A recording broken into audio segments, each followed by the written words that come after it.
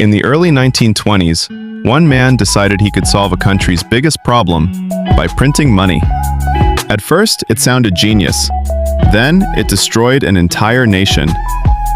This is the story of the man who turned money into trash and accidentally created one of the worst economic disasters in history. Germany, 1921. The country had just lost World War I. Cities were damaged, factories were broken, millions were dead. But the real problem wasn't the war, it was the bill. After the war, Germany was forced to pay massive reparations to the winning countries. Think of it like this. Imagine you lose a game, and the winner tells you, "Pay me more money than you've ever seen in your life." That's what happened. Germany owed more money than it could possibly afford. And here's the twist. They had to pay it in gold or foreign currency, not their own money. So now Germany had a problem, a huge one. They needed money, fast. And that's when one man stepped in, Rudolf Havenstein, the head of Germany's central bank, the man in charge of money itself. And he had an idea, a simple one, a dangerous one. Why don't we just print more money? Now, on the surface, this sounds harmless. You need money, you print money. Problem solved, right? Wrong. But at the time, it worked. At first.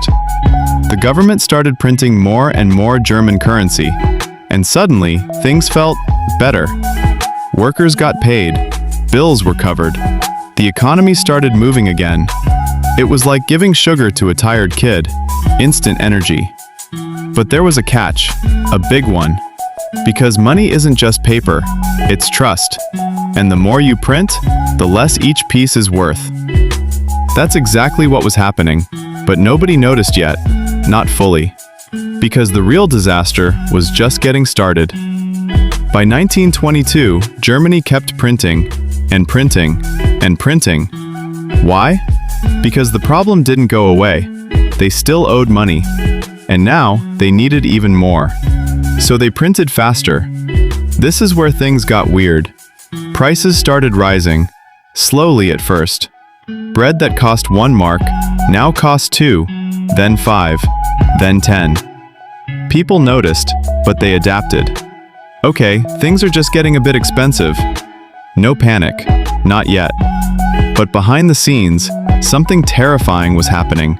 The value of money was collapsing, quietly. Like a building with a cracked foundation, still standing, but not for long. Then came the breaking point. 1923, everything exploded. Prices didn't just rise, they went insane. Bread didn't cost 10 marks anymore, it cost 1,000, then 10,000, then 1 million, then billions. Yes, billions, for a single loaf of bread. Think about that. You go to buy food, and you need a suitcase full of money. Not because you're rich, but because your money is worthless. People started getting paid twice a day. Why? Because if they waited until evening, their salary would be useless. Wives waited outside factories to grab wages instantly and spend them before prices doubled again. This wasn't inflation anymore. This was hyperinflation. Hyperinflation in the Weimar Republic, and it was out of control. But here's the craziest part. The government didn't stop printing. They printed even more, because they thought, that will fix it. It didn't. It made it worse. Way worse.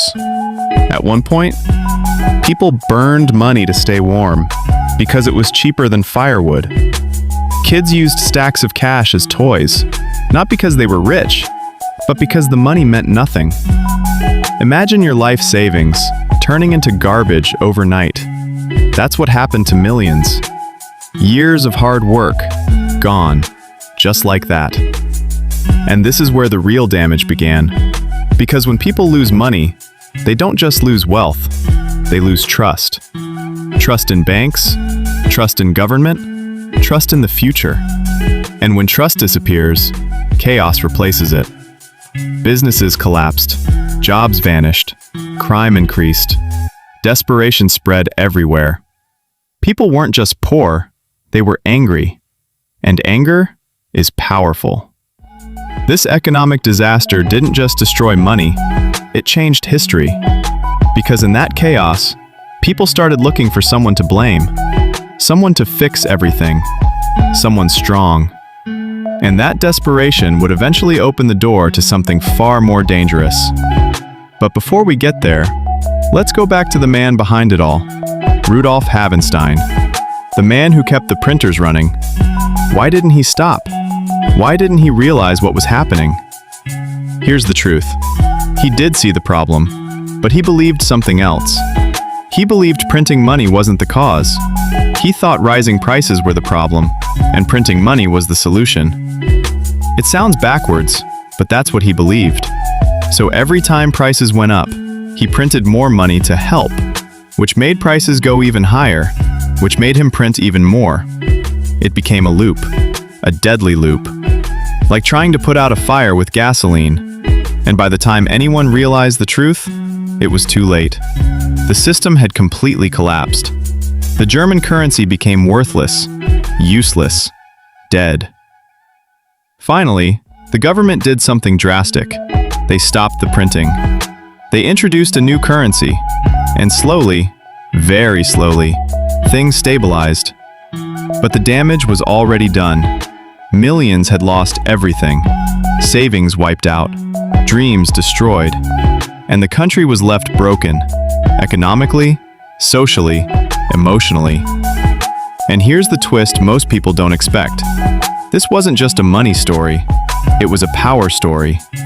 Because that chaos, that anger, that desperation would later help fuel the rise of Adolf Hitler, a man who promised to fix everything, to restore pride, to rebuild the nation. And people listened. Because when you've lost everything, you'll believe anything. That's how dangerous this was. One decision: print more money. It didn't just crash an economy, it helped reshape the future of an entire country. And the scariest part? It all started with something that felt harmless. Just paper. Just ink. Just a machine printing money. But money isn't paper, it's trust. And once that trust is broken, everything else follows. So next time you hear someone say, "Why don't we just print more money?" remember this story, because history has already shown us exactly how that ends.